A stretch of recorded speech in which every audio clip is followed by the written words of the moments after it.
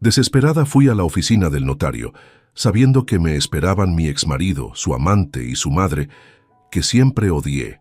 Pero cuando el notario leyó el testamento, «Señora Valenzuela, me alegra que haya decidido acompañarnos», dijo el notario Gustavo Herrera con formalidad, mientras yo permanecía de pie con los brazos cruzados, sintiendo las miradas hostiles a mi espalda. «No me quedó otra opción, licenciado», respondí sin voltear, «aunque no entiendo qué hago aquí». «Ahora mismo lo sabrá», contestó hojeando sus documentos. Sentí un escalofrío. A mis espaldas, Javier, Camila y doña Mercedes esperaban como buitres. Podía sentir su desprecio sin necesidad de verlos. «Elena, por favor, siéntate de una vez». La voz de Javier sonaba impaciente. «Terminemos con esto rápido». «Prefiero estar de pie», respondí secamente. Doña Mercedes soltó un bufido. Siempre tan dramática. Me giré lentamente para enfrentarlos. Javier, con su traje impecable y esa sonrisa falsa que tanto conocía. Camila, su asistente y ahora amante, con ese ridículo pelo teñido de azul. Y doña Mercedes, la matriarca manipuladora que siempre me hizo la vida imposible. «Comencemos entonces», anunció el notario. Una semana antes, mientras revisaba planos en mi pequeño despacho de arquitectura, sonó mi teléfono. Era casi medianoche. «Arquitecta Valenzuela, soy el notario Gustavo Herrera. Lamento la hora, pero es importante». Fruncí el ceño. «¿En qué puedo ayudarlo?» «Se trata del testamento de don Ricardo Castellanos. Falleció ayer y dejó instrucciones específicas para que usted esté presente en la lectura». Sentí como si me hubieran echado un balde de agua fría. Don Ricardo era el padre de Javier, mi exmarido, el único miembro de esa familia que me trató con respeto. «Debe haber un error», respondí. «Hace un año que me divorcié de su hijo». «No hay error, señora». Don Ricardo fue muy claro. «La lectura será el próximo martes a las 10. Es importante que asista». Después de colgar, me quedé mirando por la ventana hacia las luces de Monteverde, ese elegante suburbio de la Ciudad de México donde alguna vez creí que sería feliz. 7 años de matrimonio destruidos cuando encontré a Javier con Camila en nuestra propia casa. Al día siguiente, llamé a Patricia. «¿Estás loca? Claro que tienes que ir», dijo mi amiga y abogada mientras tomábamos café. «Si don Ricardo te incluyó, debe ser por algo importante. No quiero ver a Javier ni a su madre, mucho menos a esa mujer. ¿Sabes lo que me costó salir de ese matrimonio?» Le mostré la cicatriz en mi muñeca. Recuerdo de cuando rompí un espejo tras descubrir la infidelidad. Ya no quiero saber nada de los Castellanos. Patricia me tomó de las manos. «Elena, tienes 35 años y una vida por delante. Sea lo que sea, te dará un cierre. Si no vas, te quedarás con la duda para siempre». «Doña Mercedes siempre me odió», murmuré. «Desde el día que Javier me presentó, me hizo sentir como si fuera poca cosa. Porque ella sabía que vales más que toda su familia junta». Recordé mi primer encuentro con don Ricardo en una cena familiar. Mientras doña Mercedes criticaba mi vestido demasiado sencillo, don Ricardo me preguntó sobre mis proyectos de arquitectura sustentable. Fue el único que me vio como profesional y no como un adorno para su hijo. «Iré», decidí, pero no por ellos, sino por don Ricardo. La mañana de la lectura me vestí con un traje azul marino, mi armadura. Con cada botón que abrochaba, construía un muro alrededor de mi corazón.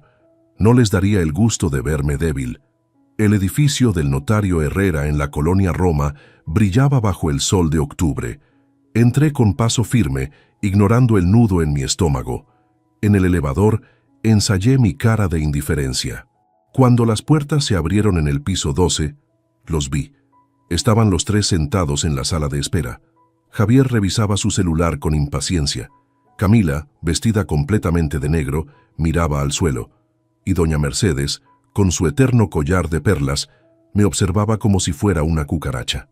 «¿Qué hace ella aquí?», escuché que doña Mercedes le susurraba a Javier cuando entré. No les di el gusto de saludar. Me acerqué directamente a la secretaria. «Elena Valenzuela, tengo cita con el licenciado Herrera». Minutos después, estábamos en la elegante oficina del notario. Una mesa de caoba pulida nos separaba. Yo de un lado, ellos 3 del otro, como siempre había sido. «Señora Valenzuela», comenzó el notario, Don Ricardo dejó instrucciones muy precisas sobre su presencia hoy. Estamos a punto de conocer sus últimas voluntades. Fue entonces cuando me quedé de pie, con los brazos cruzados, mientras el notario comenzaba a sacar los documentos. No me senté. No les daría la satisfacción de verme a su nivel. «Por favor, Elena», insistió Javier con esa sonrisa que alguna vez me derritió, pero que ahora me provocaba náuseas. «Esto es un asunto familiar. Hace tiempo que dejé de ser parte de tu familia», respondí. El notario carraspeó incómodo y comenzó a leer. «Por la presente, yo, Ricardo Castellanos Fuentes, en pleno uso de mis facultades mentales», comenzó a leer el notario mientras todos guardábamos silencio. El testamento continuó con formalidades legales y algunas donaciones menores a primos y sobrinos. Doña Mercedes asentía satisfecha, seguramente anticipando el momento en que todo el imperio Castellanos quedaría en manos de su adorado hijo. «Respecto a mis acciones y control mayoritario de Grupo Castellanos», continuó el notario, ajustándose las gafas, «he tomado una decisión que puede resultar sorprendente para algunos». Noté cómo Javier se enderezaba en su asiento. Camila le lanzó una mirada nerviosa. «Lego el 40% de las acciones de Grupo Castellanos con carácter de control a mi ex nuera, la arquitecta Elena Valenzuela Montalvo». El silencio que siguió fue tan denso que podría cortarse con un cuchillo. Por un momento pensé que había escuchado mal. «Esto es inaceptable». Doña Mercedes fue la primera en reaccionar poniéndose de pie. «Mi hijo es el heredero natural. Ella ni siquiera es parte de la familia». Javier se quedó paralizado, con la boca entreabierta y la cara pálida. Camila tenía los ojos clavados en el suelo. «¿Esto es una broma?», logré articular finalmente. El notario negó con la cabeza. «Le aseguro que no, señora Valenzuela. Don Ricardo fue muy claro, y revisamos este documento varias veces antes de su fallecimiento». «Impugnaré este testamento», gritó Javier, golpeando la mesa. «Mi padre estaba enfermo, no sabía lo que hacía». «Al contrario», respondió el notario con calma. «Don Ricardo dejó también una carta explicativa que solicita sea leída en presencia de todos ustedes». Sacó un sobre sellado con el emblema de los Castellanos. Lo abrió con cuidado y extrajo varias hojas escritas a mano. «Si están escuchando esto, significa que ya no estoy entre ustedes», leyó el notario. «Y también significa que Elena tuvo la valentía de presentarse a pesar de todo el daño que esta familia, mi familia, le ha causado». Sentí un nudo en la garganta mientras doña Mercedes bufaba con desprecio. Durante el último año de mi enfermedad, descubrí algo que me partió el corazón. Mi propio hijo, Javier, ha estado desviando fondos de la empresa sistemáticamente. Creó empresas fantasma para canalizar dinero de nuestros proyectos legítimos, dejando a inversionistas y contratistas sin pagar. «¡Mentira!», gritó Javier, pero su voz temblaba. «Las pruebas están en la caja fuerte de mi oficina, cuya combinación solo conocen ahora el notario Herrera y Elena. Elena siempre tuvo la integridad que le faltó a mi hijo y la visión profesional que nuestra empresa necesita. Le pido perdón por no haber visto antes lo que sucedía y por no haberla protegido como merecía». Las lágrimas rodaban por mis mejillas. Recordé las pocas veces que don Ricardo intentó acercarse a mí, siempre interrumpido por doña Mercedes. «Esto es ridículo», intervino doña Mercedes. «Obviamente manipuló a Ricardo en sus últimos días. Todos sabemos que ella solo se casó con mi hijo por interés». «Usted sabe perfectamente que no fue así», respondí encontrando mi voz. «Yo amaba a su hijo. Dejé mi carrera por apoyarlo». El notario continuó leyendo. «Elena, sé que podría haber denunciado a Javier directamente, pero eso habría destruido todo lo que he construido. En cambio, te doy el poder para decidir cómo proceder. Confío en tu juicio más que en el de mi propio hijo». Javier se levantó bruscamente, tirando su silla hacia atrás. «No permitiré que esta mujer tome el control de lo que me pertenece». Su rostro estaba rojo de ira. «El patrimonio de los Castellanos no quedará en manos de una arribista». «Señor Castellanos, le recuerdo que estamos en una notaría», advirtió Herrera. «Si continúa alterando el orden, tendré que pedirle que se retire». Camila, quien había permanecido en silencio, finalmente habló. «Javier, por favor, cálmate». Su voz sonaba tensa. «Tú cállate», le espetó él. Esto no te concierne. Vi cómo Camila se encogía ante sus palabras, un gesto que yo conocía demasiado bien. ¿Acaso estaba empezando a recibir el mismo trato que yo? El notario continuó con la lectura de documentos adicionales que explicaban los términos legales de mi nueva posición. Mientras escuchaba, observé a la familia Castellanos desmoronarse frente a mí. Doña Mercedes murmuraba oraciones como si esto fuera una catástrofe divina. Javier alternaba entre amenazas veladas y súplicas falsas hacia mí. «Señora Valenzuela», dijo finalmente el notario cuando terminó, «estos son los documentos que acreditan su nueva posición. Puede revisarlos con su abogado. También esta es la llave de la caja fuerte de don Ricardo». Tomé los papeles y la pequeña llave dorada con manos temblorosas. «Esto no ha terminado», susurró Javier cuando pasé junto a él. «Te destruiré antes de dejarte tomar lo que es mío». Lo miré directamente a los ojos, aquellos ojos marrones que alguna vez creí sinceros. «Ya intentaste destruirme una vez, Javier. No funcionó». Salí de la notaría con la cabeza alta, aunque por dentro temblaba. En la calle, el sol de media mañana me golpeó el rostro. Respiré profundamente el aire de la ciudad mientras los eventos se asentaban en mi mente. De repente, sentí una mano en mi hombro y me giré sobresaltada. Era Camila. Sus ojos estaban enrojecidos. «Elena, necesito hablar contigo», dijo en voz baja. «Pero no aquí. Él no puede enterarse». «¿Por qué debería confiar en ti?», pregunté con frialdad. «Porque estoy tan atrapada como tú lo estuviste», respondió, «y porque hay más cosas que deberías saber». Antes de que pudiera responder, Javier y doña Mercedes salieron del edificio. Camila se alejó rápidamente, dejándome con 1000 preguntas. Esa noche, sola en mi pequeño apartamento, extendí los documentos sobre la mesa. El 40% de Grupo Castellanos. Control efectivo sobre la empresa donde una vez fui tratada como un adorno, y en algún lugar una caja fuerte con evidencia que podría enviar a mi exmarido a la cárcel. Tomé mi teléfono y llamé a Patricia. «Tenemos mucho trabajo por hacer», le dije cuando contestó. «Prepárate para una guerra». 2 días después de la lectura del testamento, me encontraba revisando documentos en mi apartamento cuando sonó mi celular. Era un número desconocido. «Diga», contesté con cautela. «Elena, soy Rodrigo Sandoval, director financiero de Grupo Castellanos». La voz sonaba nerviosa. «Necesito hablar con usted urgentemente. Javier ha convocado una junta directiva extraordinaria para mañana». «¿Una junta? Nadie me ha notificado nada». «Exactamente», respondió. «Están intentando tomar decisiones antes de que usted pueda ejercer sus derechos. Don Ricardo confiaba en usted, y yo confié en don Ricardo durante 20 años. Acordamos vernos en una cafetería alejada del distrito financiero. Rodrigo resultó ser un hombre de unos 50 años, con lentes y una expresión perpetuamente preocupada. He estado reuniendo mi propia evidencia», me dijo, mientras me entregaba discretamente una carpeta. «Hace meses que sospechaba de irregularidades, pero don Ricardo estaba muy enfermo y no quería perturbarlo. Revisé los documentos, transferencias sospechosas, contratos con empresas inexistentes, firmas falsificadas». «¿Por qué me ayuda?», pregunté sin rodeos. «Podría perder su trabajo», Rodrigo suspiró. «Rodrigo, porque llevo toda mi vida profesional en Grupo Castellanos. No voy a ver cómo Javier lo destruye por codicia». Al día siguiente, me presenté en las oficinas centrales de Grupo Castellanos en Polanco. El edificio de cristal y acero que alguna vez había ayudado a diseñar se alzaba imponente.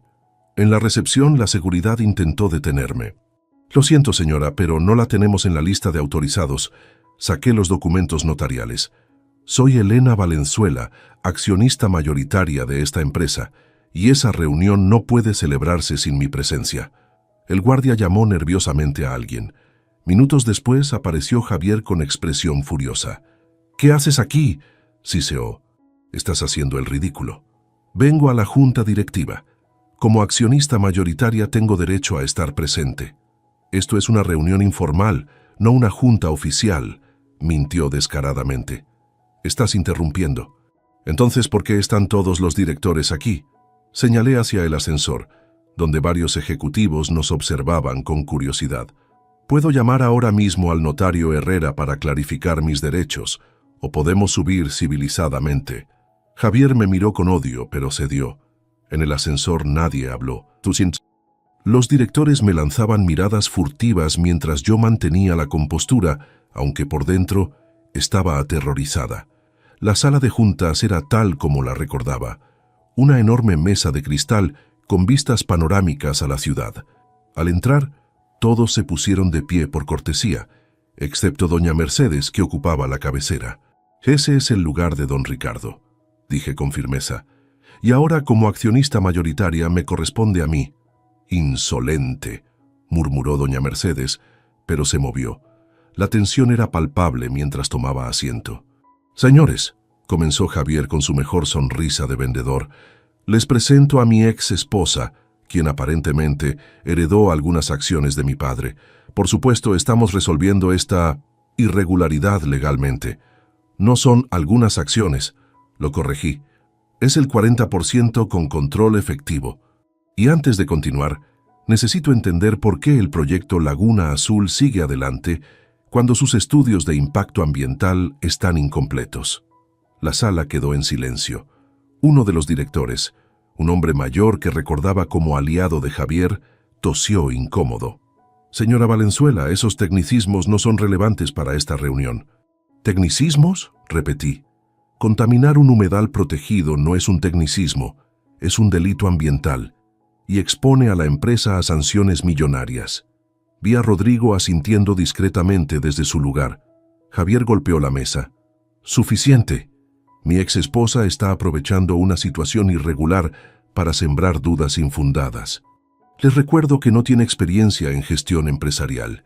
«Quizás no», respondí con calma, «pero soy arquitecta especializada en desarrollo sustentable y reconozco un fraude cuando lo veo». La reunión se convirtió en un campo de batalla. Javier intentaba invalidar cada una de mis intervenciones, pero yo estaba preparada. Gracias a Rodrigo y a mi propia investigación, pude cuestionar varios proyectos problemáticos con conocimiento de causa. Cuando terminó la junta, había conseguido al menos sembrar dudas entre los directores. Mientras recogía mis documentos, una mujer joven se me acercó. «Soy Tomás Vega, ingeniero ambiental del proyecto Laguna Azul», se presentó en voz baja.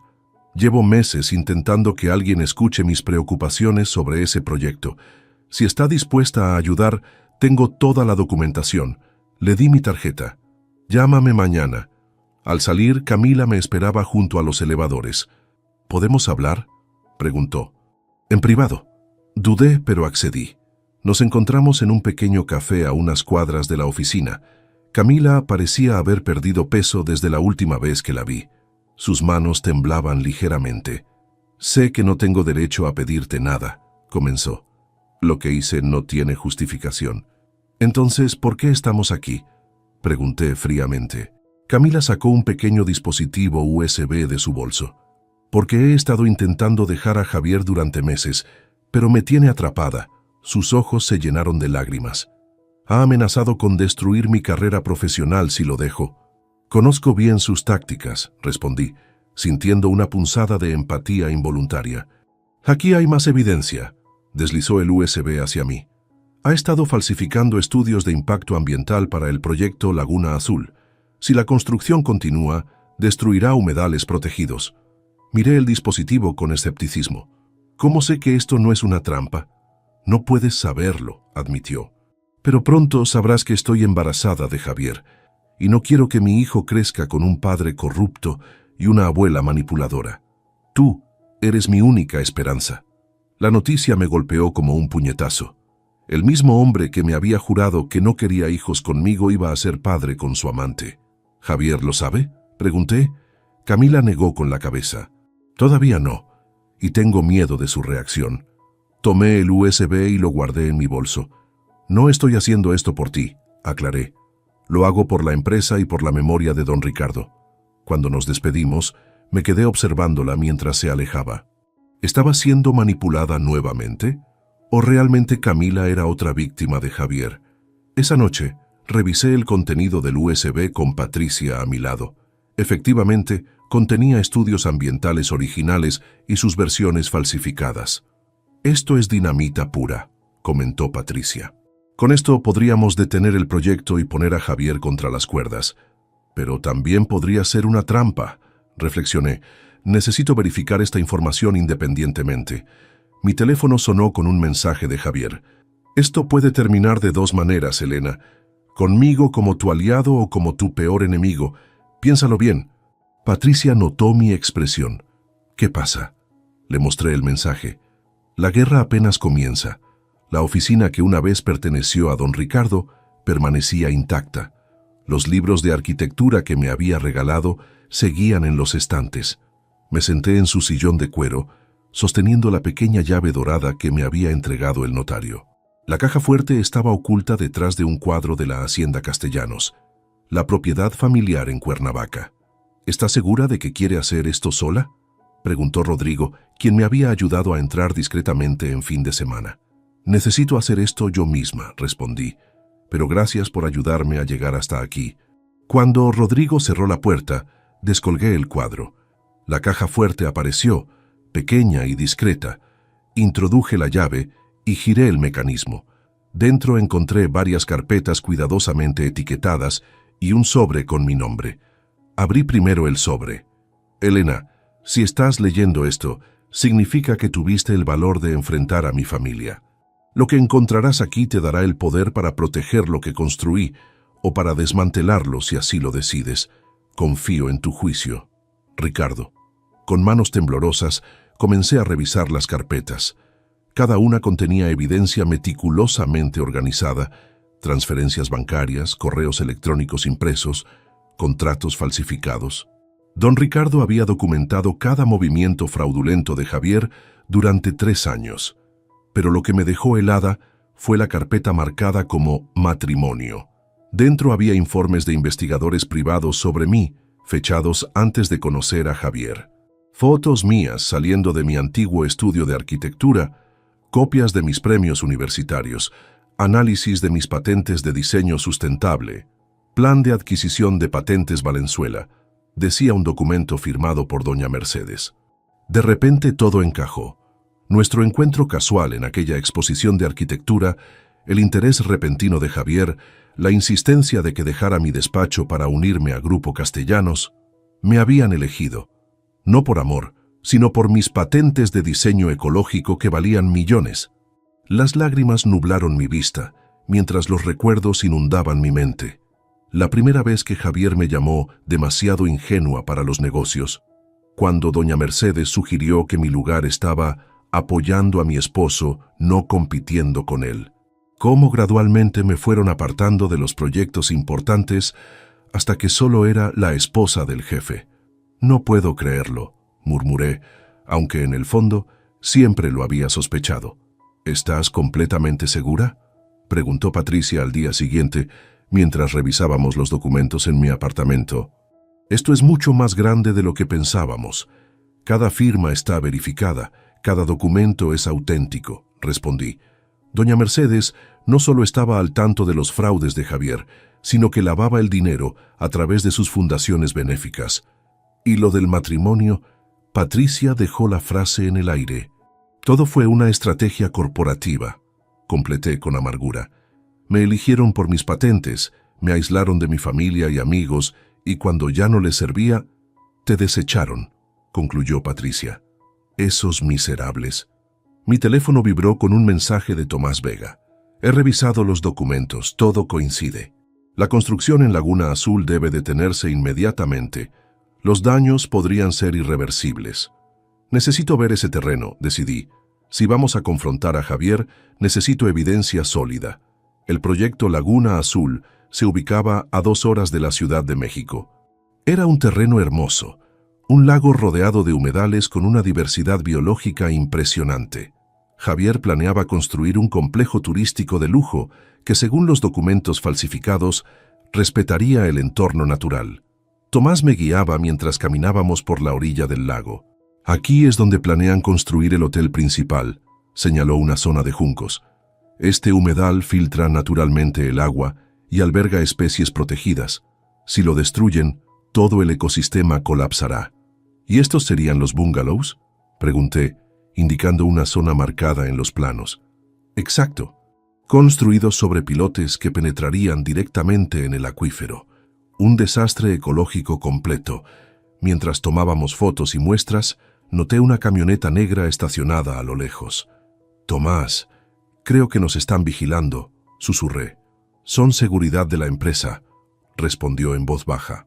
Desde que empecé a hacer preguntas incómodas, me siguen a todas partes. De repente, 2 hombres comenzaron a acercarse. Guardamos rápidamente nuestros equipos. «Señora Valenzuela», uno de ellos me reconoció. «El señor Castellanos nos informó que podría aparecer por aquí. Este es un terreno privado». «Soy accionista mayoritaria de Grupo Castellanos», respondí con firmeza. «Tengo todo el derecho de inspeccionar nuestros proyectos». «Aún así, necesitamos pedirle que se retire», insistió, tocando sutilmente la pistola que llevaba bajo la chaqueta. Tomás y yo nos marchamos sin discutir más. En el auto, mi teléfono sonó. Era Javier. «Disfrutando el paisaje, querida». Su voz sonaba burlona. «Deberías tener cuidado. Los accidentes ocurren fácilmente en zonas rurales». «¿Me estás amenazando, Javier?» «Solo me preocupo por mi exesposa», respondió con falsa dulzura. «Por cierto, ¿ya revisaste la caja fuerte de mi padre? Interesante lectura, ¿no? Especialmente la parte sobre nuestro matrimonio». Sentí un escalofrío. «¿Cómo sabes?» «Tengo ojos en todas partes, Elena. Siempre un paso adelante de ti. Como cuando creíste que nuestro matrimonio era real». Colgué con las manos temblorosas. Tomás me miró preocupado. «¿Está bien?» «No», admití, «pero voy a estarlo». Esa noche regresé a mi apartamento para encontrar la puerta forzada. Entré con cautela. Habían revuelto todo, pero curiosamente no parecía faltar nada valioso. Llamé inmediatamente a Patricia. «Han entrado en mi casa», le dije mientras revisaba el desastre. Buscaban los documentos. «¿Los tenían contigo?» «Siempre los llevo conmigo», respondí palmeando mi bolso. «Pero esto es una declaración de guerra. Necesitas protección, Elena. Esto ya no es un juego». Mientras limpiaba el desorden, encontré una foto mía con Javier de nuestra boda, rota por la mitad. Al darle la vuelta había un mensaje escrito. «Recuerda tu lugar». Fue entonces cuando tomé mi decisión. Ya no se trataba solo de una empresa o de justicia para don Ricardo, era sobre recuperar mi dignidad, mi trabajo, mi vida. Esa misma noche, redacté un correo convocando una junta extraordinaria del Consejo Directivo. El asunto: irregularidades en Proyecto Laguna Azul y malversación de fondos corporativos. Mientras daba al botón de enviar, sonó mi teléfono. Era Camila. «Elena, ten cuidado», susurró. «Javier está furioso. Nunca lo había visto así». «Demasiado tarde para advertencias, Camila. Esto termina ahora.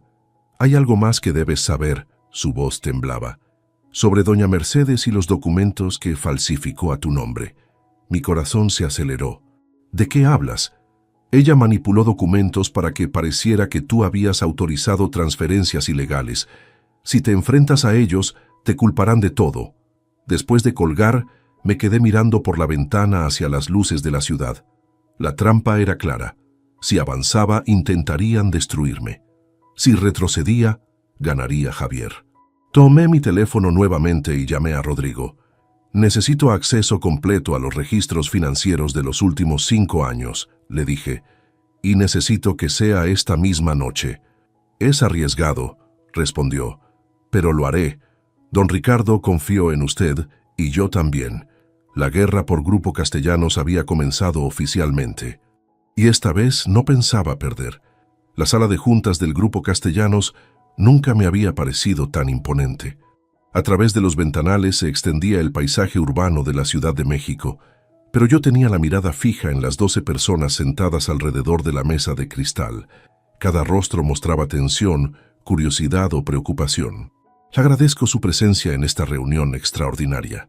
Comencé intentando que mi voz no revelara mis nervios. Como accionista mayoritaria de Grupo Castellanos, es mi deber informarles sobre irregularidades graves que he descubierto. Javier, sentado frente a mí, mantenía una sonrisa confiada. A su lado, doña Mercedes me observaba con desprecio apenas disimulado. Ambos creían tener la situación bajo control. Antes de empezar, me gustaría presentarme formalmente, continué. Muchos me conocen como la exesposa de Javier.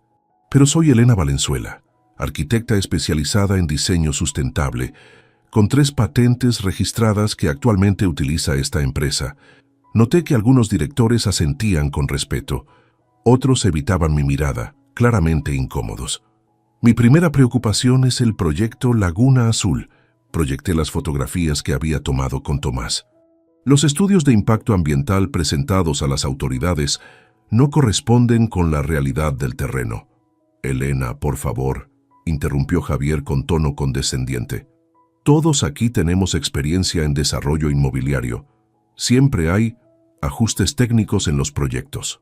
¿Llamas ajustes técnicos a falsificar documentos oficiales? Respondí, proyectando ahora los estudios originales junto a los manipulados. Esto no son ajustes, Javier, es fraude. Un murmullo recorrió la sala. Javier mantuvo la compostura, pero noté cómo apretaba la mandíbula.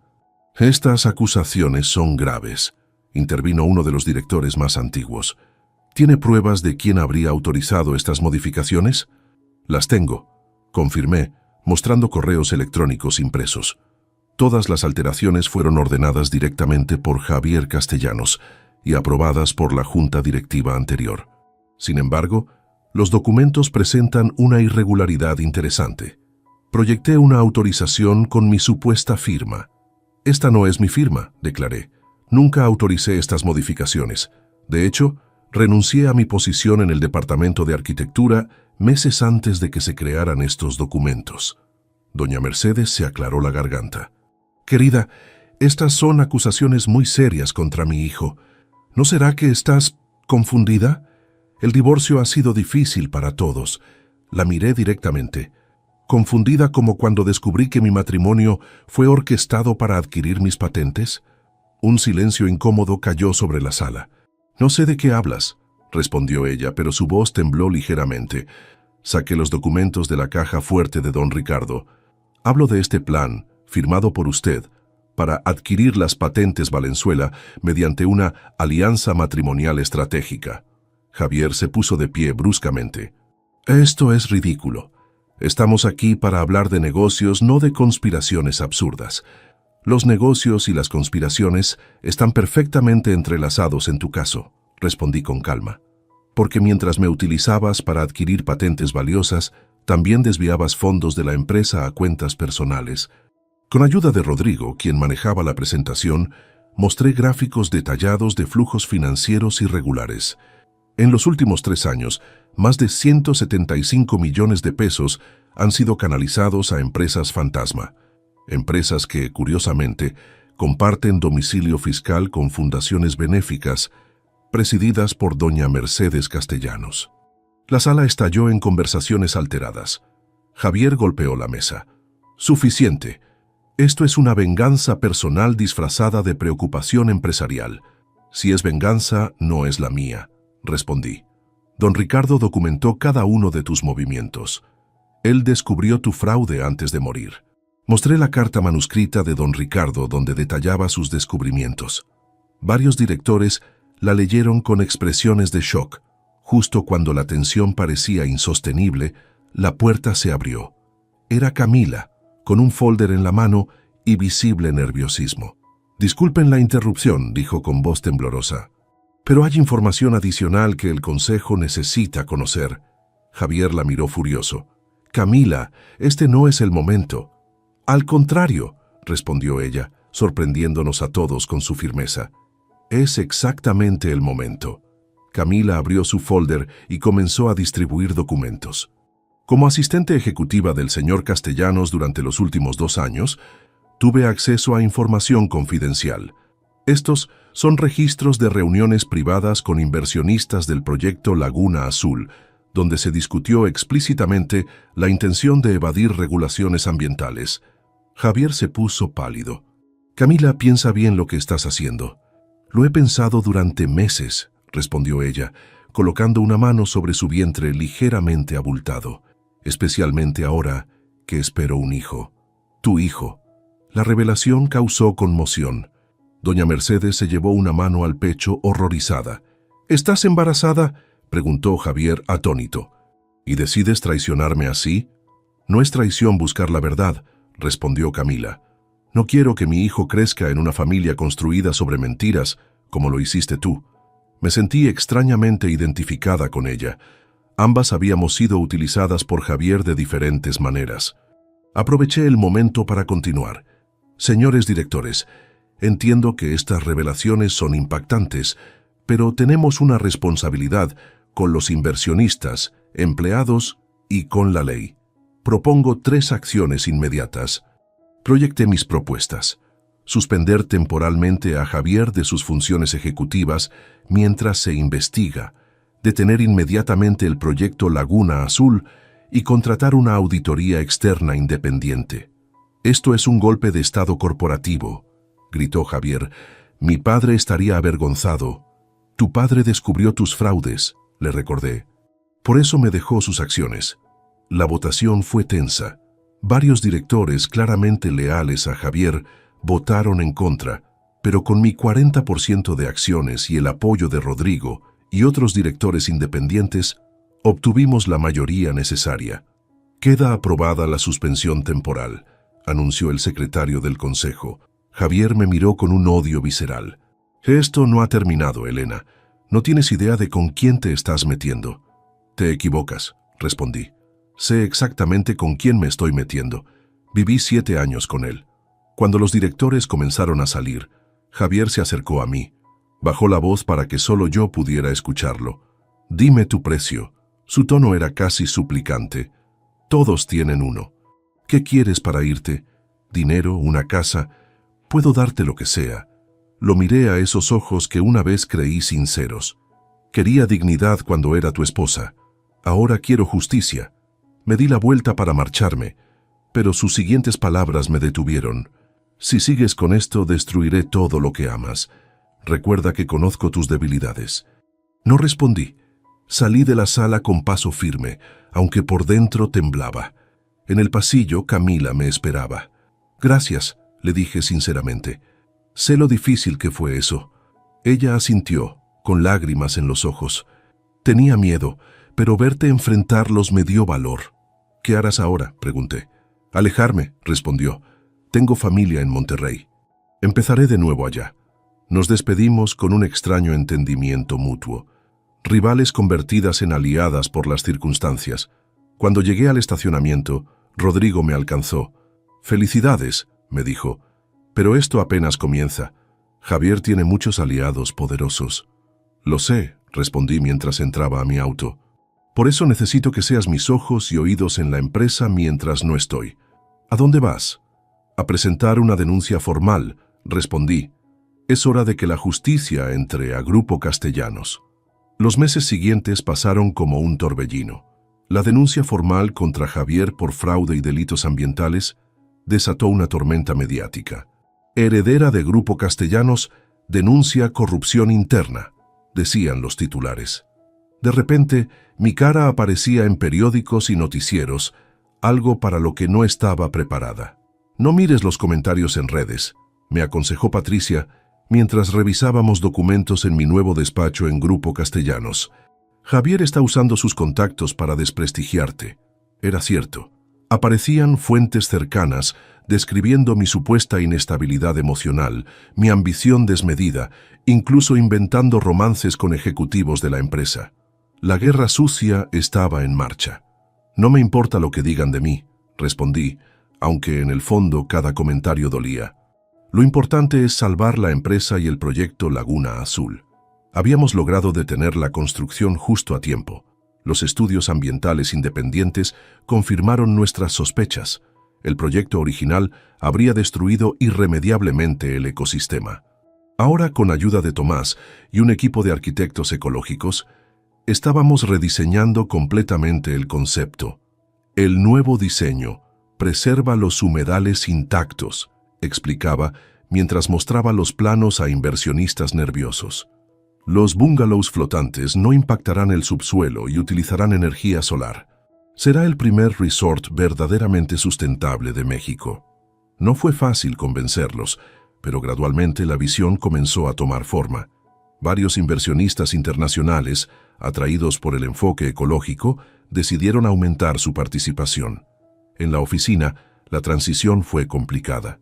Algunos empleados me veían como la villana que había derrocado a Javier. Otros, especialmente mujeres que habían sufrido su actitud machista, me apoyaban discretamente. Tiempo al tiempo, me aconsejó Rodrigo, quien se había convertido en mi mano derecha.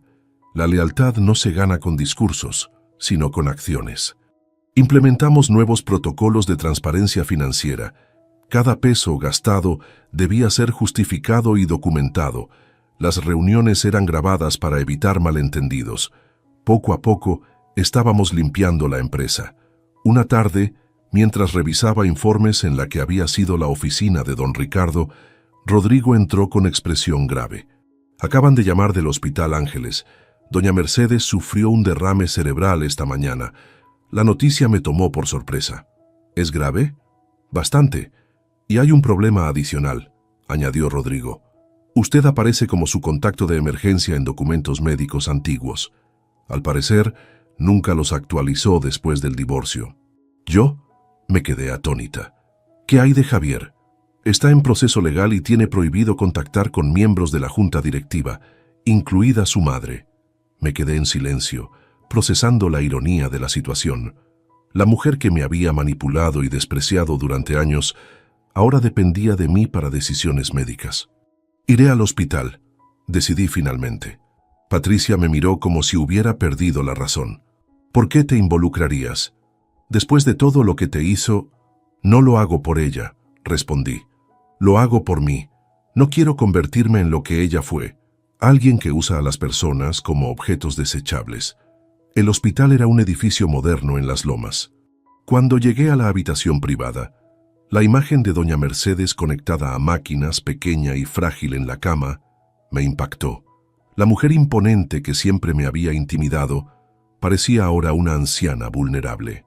Señora Valenzuela, me saludó el médico. La paciente está estable, pero ha perdido movilidad en el lado derecho. Necesitamos su autorización para algunos procedimientos. Firmé los documentos necesarios y me quedé un momento a solas con ella. Aunque inconsciente, su presencia seguía siendo poderosa.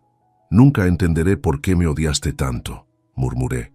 Yo solo quería formar parte de tu familia. Para mi sorpresa, doña Mercedes abrió los ojos.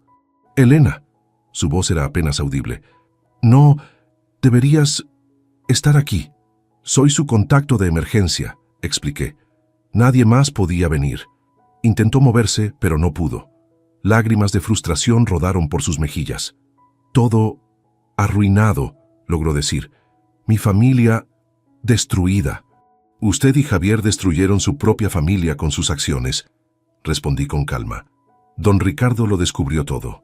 Se quedó callada un momento, sus ojos fijos en el techo. Ricardo nunca me perdonó, susurró, por la otra mujer. La revelación me dejó sin palabras. ¿Don Ricardo también había sido engañado? Construí todo esto para proteger a Javier, continuó con dificultad, para que nunca pasara lo que yo pasé. Por primera vez vi a doña Mercedes como una mujer herida que había transmitido su dolor a la siguiente generación. No justificaba sus acciones, pero al menos comenzaba a entenderlas. Descanse, le dije levantándome para marcharme. Me aseguraré de que reciba la atención necesaria. Cuando estaba en la puerta, su voz débil me detuvo. El cajón izquierdo del escritorio de Ricardo. Hay algo para ti. Esa misma noche regresé a la oficina de don Ricardo. El edificio estaba casi vacío. Solo quedaban algunos empleados trabajando horas extra. Abrí el cajón izquierdo de su escritorio y no encontré nada. Estaba a punto de rendirme cuando noté que el fondo sonaba hueco. Lo presioné y descubrí un compartimento secreto. Dentro había una vieja fotografía mía recibiendo un premio universitario de arquitectura, junto a una nota manuscrita. La hija que me hubiera gustado tener. Las lágrimas nublaron mi vista. Don Ricardo había visto mi valor mucho antes de que yo misma lo reconociera. Me había dado las herramientas para recuperar no solo la empresa, sino mi dignidad. También encontré un pequeño dispositivo USB con una nota adhesiva, por si todo lo demás falla. En mi computadora descubrí que contenía grabaciones de conversaciones entre Javier y sus cómplices, discutiendo abiertamente cómo falsificar documentos y sobornar funcionarios. Era la pieza final que necesitábamos para el caso legal. Al día siguiente, entregué el dispositivo a la fiscalía. Semanas después, Javier aceptó un acuerdo de culpabilidad a cambio de una sentencia reducida. La transformación de Grupo Castellanos avanzaba gradualmente. Implementamos un programa de integridad corporativa y contratamos a varios de mis antiguos colegas de arquitectura sustentable. El proyecto Laguna Azul se convirtió en nuestro buque insignia, un modelo de desarrollo turístico en armonía con la naturaleza. Los inversionistas están impresionados, me informó Rodrigo durante una reunión. Las acciones han subido un 12% desde que anunciamos el nuevo enfoque. No se trata solo de dinero, respondí. Se trata de cambiar la forma en que hacemos negocios. Una tarde, mientras supervisaba las obras en Laguna Azul con Tomás, recibí un mensaje de Camila. Gracias por todo. Nicolás y yo estamos bien en Monterrey. Espero que hayas encontrado la paz que mereces. Adjuntaba una foto de su bebé recién nacido. Sentí una mezcla de emociones. El dolor del pasado mezclado con cierta satisfacción por cómo habían cambiado las cosas. ¿Buenas noticias?, preguntó Tomás al notar mi expresión. Noticias del pasado, respondí guardando el teléfono. Pero ahora estoy enfocada en el futuro. Hablando del futuro, sonrió él, los ingenieros creen que podemos implementar un sistema adicional de filtración natural que reduciría aún más nuestro impacto. Mientras recorríamos el terreno discutiendo mejoras al proyecto, me di cuenta de cuánto había cambiado en pocos meses. Ya no era la mujer insegura que permitía que otros definieran su valor. Había recuperado no solo una empresa, sino a mí misma. Esa noche, visitando a doña Mercedes en el centro de rehabilitación donde la habíamos trasladado, la encontré más lúcida. «¿Has cambiado la empresa?», comentó con dificultad. «Para mejor», respondí. «Ahora es lo que don Ricardo siempre quiso que fuera. Él estarías orgulloso», admitió sorprendiéndome. «De ti, no de nosotros». Me quedé observándola, esta mujer que tanto daño me había causado. La venganza habría sido fácil, abandonarla, negarle atención médica de calidad. Pero ese no era mi camino. No hago esto por buscar su aprobación, aclaré. Ni la de don Ricardo. Lo hago porque es lo correcto. Cuando me levanté para irme, ella tomó mi mano débilmente. «Perdón», susurró tan bajo que apenas la escuché. «Por todo», no respondí.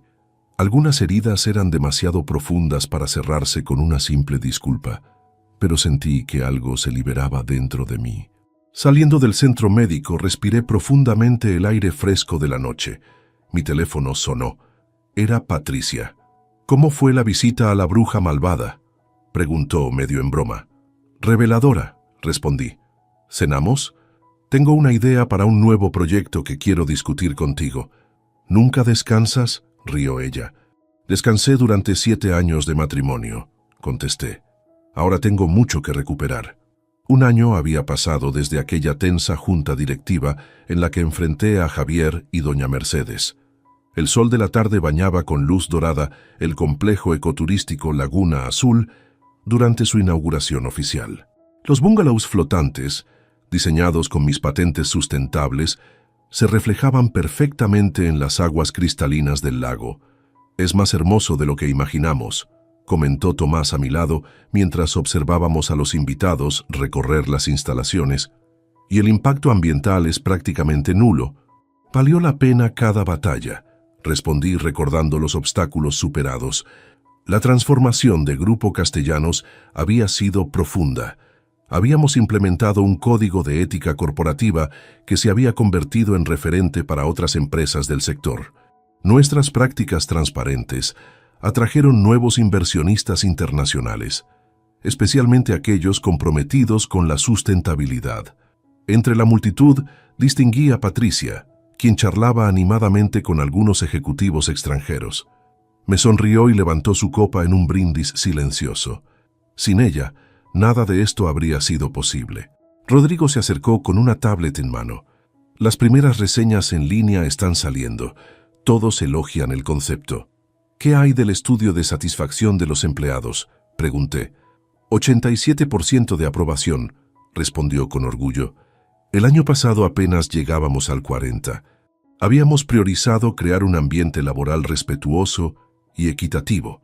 Muchas mujeres ocupaban ahora puestos directivos que antes parecían reservados exclusivamente para hombres. La cultura tóxica que Javier había fomentado quedaba gradualmente en el pasado. Durante el evento, varios periodistas me abordaron para entrevistas. Ya no me incomodaba la atención mediática como antes. Arquitecta Valenzuela, ¿qué se siente haber transformado completamente la empresa que intentó destruirla?, preguntó una reportera. No vine a destruir ni a vengarme, respondí con calma.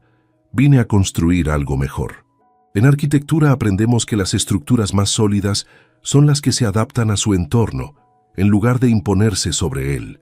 Apliqué el mismo principio a la empresa. Mientras recorría el complejo saludando a inversionistas y autoridades, recordé el largo camino hasta este momento. Javier cumplía una sentencia reducida de 3 años, gracias a su acuerdo con la Fiscalía. Según mis fuentes, daba clases de administración a otros reclusos y parecía haber aceptado su situación. Camila y su pequeño Nicolás vivían en Monterrey. Ocasionalmente recibía mensajes suyos con fotos del niño. Había encontrado trabajo en una agencia de marketing y comenzaba a reconstruir su vida. Nunca seríamos amigas cercanas, había demasiada historia entre nosotras, pero existía un respeto mutuo basado en experiencias compartidas. Doña Mercedes había sobrevivido al derrame cerebral, aunque quedó con secuelas permanentes. Vivía ahora en una residencia asistida de lujo en Cuernavaca. La visitaba una vez al mes, no por obligación, sino como parte de mi propio proceso de sanación. Nuestras conversaciones eran breves y a veces incómodas, pero con el tiempo habíamos alcanzado una especie de tregua silenciosa. Durante uno de esos encuentros, me reveló que ella misma había sufrido una traición similar a la mía en su juventud. Don Ricardo había tenido una amante durante años, algo que doña Mercedes descubrió cuando Javier era pequeño. En lugar de divorciarse, decidió permanecer en el matrimonio y construir un imperio para proteger a su hijo. «Tú pudiste dejarlo», me dijo en una de nuestras últimas conversaciones. Yo no tuve esa libertad. Comprendí entonces que su desprecio hacia mí tenía raíces en su propia historia. No justificaba sus acciones, pero al menos las entendía mejor. Al caer la noche, la ceremonia formal de inauguración comenzó junto al lago. Como directora general y principal accionista de Grupo Castellanos, me tocaba dar el discurso de apertura. Hace 1 año y medio, este proyecto estaba destinado a destruir un ecosistema único. Comencé. Hoy celebramos no solo una nueva propiedad, sino una nueva filosofía empresarial. El desarrollo sostenible no es un obstáculo para la rentabilidad, sino su mayor aliado. Mientras hablaba, mi mirada recorrió las caras de quienes me habían acompañado en este camino. Rodrigo, quien había arriesgado su carrera por apoyarme. Tomás, cuyo compromiso con el medio ambiente había salvado los humedales. Patricia, mi roca durante los momentos más oscuros. Este proyecto no es solo mío, continué. Es de todos los que creyeron que era posible hacer las cosas de manera diferente. Al terminar el evento, me alejé un poco del bullicio para contemplar el lago bajo la luz de la luna. Los sonidos de la fiesta se apagaban en la distancia. ¿Un peso por tus pensamientos?, preguntó Patricia, acercándose con 2 copas de champaña. Estaba pensando en don Ricardo, confesé. Me pregunto si estaría orgulloso. Lo estaría, afirmó ella, entregándome una copa. Pero lo más importante es si tú estás orgullosa de ti misma. Reflexioné sobre la pregunta. El camino había sido difícil. Hubo momentos en que dudé, en que temí convertirme en lo que combatía. Lo estoy, respondí finalmente. No por el éxito del proyecto, sino por no perderme a mí misma en el proceso. Brindamos mientras la luna se reflejaba en el lago. Patricia me contó sobre la Fundación Nuevos Horizontes que habíamos establecido para apoyar a jóvenes arquitectas. Estábamos a punto de otorgar las primeras becas. Por cierto, añadió con una sonrisa cómplice. He visto cómo te mira Tomás y cómo lo miras tú a él. Sentí un ligero rubor. Tomás y yo habíamos desarrollado una cercana amistad profesional durante el proyecto, pero ambos éramos cautos respecto a cruzar esa línea. Es complicado, admití. Después de todo lo ocurrido, no sé si estoy lista. El corazón sana a su propio ritmo, respondió Patricia. No hay prisa. Volvimos a la celebración donde Rodrigo organizaba un recorrido nocturno por los senderos iluminados del complejo. Me uní al grupo, caminando junto a Tomás, quien explicaba entusiasmado el sistema de iluminación de bajo consumo. Cuando los invitados se marcharon y solo quedaba el equipo principal, nos reunimos alrededor de una fogata en la playa del lago. Propongo un brindis, dijo Rodrigo, levantando su copa. Por Elena, quien nos demostró que la integridad no es negociable. Por Laguna Azul, añadió Tomás, un proyecto que protege en lugar de destruir. Y por nosotros, completé. Por esta nueva familia que hemos formado. Observé a estas personas que se habían convertido en mi círculo de confianza. No compartíamos sangre, pero nos unían valores más profundos: respeto, integridad, un propósito común. Más tarde, caminando sola por la orilla del lago, saqué de mi bolsillo la vieja foto que don Ricardo había guardado, mi rostro joven y esperanzado recibiendo aquel premio universitario. Lo logramos, murmuré a la foto, como si hablara con él. Una suave brisa movió las aguas del lago. En el reflejo de la luna, por un momento, me pareció ver no solo a la mujer fuerte en que me había convertido, sino también a la joven arquitecta que soñaba con cambiar el mundo. En cierto modo, ambas habían ganado. No le importaba.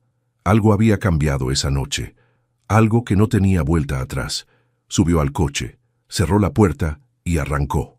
En el espejo retrovisor, vio a Diego salir corriendo del restaurante, buscándola entre los coches estacionados. Pero ella ya se había ido. Valeria llegó a su departamento pasadas las 11 de la noche. Diego no estaba. Probablemente seguía en el restaurante intentando explicarle a Camila lo que acababa de pasar, o quizás estaba en el bar de siempre, ahogando su orgullo herido. No le importaba. Encendió la luz de la sala y dejó sus llaves en la mesa. El lugar estaba en silencio, ese silencio incómodo que solo existe cuando dos personas que viven juntas ya no se hablan de verdad. Se quitó los zapatos y caminó descalza hasta su oficina. Abrió la laptop y empezó a revisar sus cuentas bancarias. Llevaba meses sintiendo que algo no cuadraba, pero nunca había tenido tiempo de investigar a fondo. Ahora sí lo tenía. Las primeras transferencias que encontró fueron pequeñas. $500 aquí, 300 allá. Todas salían de su cuenta compartida con Diego hacia una cuenta que no reconocía. Siguió bajando. Más transferencias, más dinero. En total, sumaban casi $20,000 en 6 meses. Valeria sintió que el estómago se le revolvía, pero no de tristeza. Era rabia, rabia pura y fría. Tomó su teléfono y le escribió a Rodrigo, su asesor financiero. Era tarde, pero sabía que él siempre revisaba sus mensajes. Necesito auditar todas mis cuentas. Mañana, urgente. La respuesta llegó en menos de 2 minutos. Listo, te veo a las 9 en mi oficina. Valeria cerró la laptop y se quedó mirando la ventana. Afuera, la ciudad brillaba con sus luces de siempre. Miles de personas viviendo sus vidas, con sus propios problemas, sus propias mentiras. Pensó en su madre, en Lima, en esas tardes cuando era niña y veía a su mamá llorar en la cocina porque el novio de turno le había robado dinero otra vez. Siempre era lo mismo. Hombres guapos, con palabras bonitas y promesas vacías. Su madre les creía cada vez, y cada vez terminaba más pobre y más sola. Valeria había jurado que eso nunca le pasaría a ella. Por eso estudió, por eso trabajó como loca durante años, por eso ahorraba cada centavo que ganaba y vivía con sencillez aunque su empresa facturara cantidades que Diego ni siquiera imaginaba. Pero de nada había servido. Al final, había terminado igual que su madre, confiando en el hombre equivocado. Se levantó y fue a la cocina. Preparó un té y se sentó en el sillón. No quería dormir. Sabía que si cerraba los ojos, vería la cara de Diego en el restaurante, esa expresión de sorpresa y vergüenza cuando Marco lo dejó en ridículo. A las 3 de la mañana, escuchó la puerta abrirse. Diego entró tratando de no hacer ruido, pero Valeria estaba despierta en la sala con todas las luces apagadas. ¿Valeria?, preguntó él, encendiendo la luz. Ella no respondió, solo lo miró. «Mira, sé que la cena fue un desastre», empezó Diego acercándose. «No debí llevarte ahí. No debí presentarte a Camila así. Fue estúpido». «¿Dónde está el dinero?», preguntó Valeria. Diego se detuvo. «¿Qué dinero?».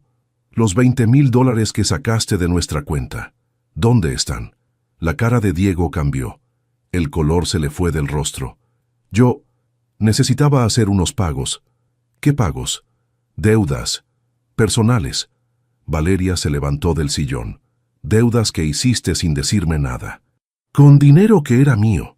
«Era nuestra cuenta», dijo Diego alzando la voz. «Somos casados. Lo que es tuyo es mío». «No», respondió Valeria caminando hacia él. «Lo que era mío, y tú lo robaste». «No lo robé. Solo lo usé. Iba a reponerlo». «¿Cuándo? ¿Con qué dinero? Si apenas te alcanza para pagar tu coche». Diego apretó los puños. Valeria vio en sus ojos algo que nunca había visto antes. Odio. Odio real. «¿Sabes qué es lo peor de ti, Valeria?», dijo él, escupiendo las palabras. «Que siempre me haces sentir menos. Cada vez que ahorras, cada vez que hablas de tus inversiones, es como si me restregaras en la cara que ganas más que yo. Eso es tu problema, no el mío. Es nuestro problema. Por eso nuestra relación no funciona, porque tú nunca me has visto como tú igual». Valeria se cruzó de brazos. «Tienes razón. No te veo como mi igual, porque tú robas y yo no». Diego levantó la mano como si fuera a pegarle, pero se detuvo. Valeria no se movió. Solo lo miró fijamente, esperando. Él bajó la mano y se dejó caer en el sillón. «No sé qué quieres que haga», dijo con la voz quebrada. «Quiero que te vayas». Diego levantó la cabeza. «¿Qué?». «Que te vayas. Esta noche. Ahora. Este también es mi departamento». «No, es mío. Yo pago la renta. Tú solo vives aquí». Diego se quedó en silencio. Valeria fue a la habitación, sacó una maleta del closet y empezó a meter la ropa de él. «¿Qué haces?», preguntó Diego siguiéndola. «Te estoy ayudando a empacar». «Valeria, por favor, no hagas esto. Podemos arreglarlo». Ella siguió empacando sin mirarlo. Cuando terminó, cerró la maleta y se la entregó. «Vete a casa de tu madre. O con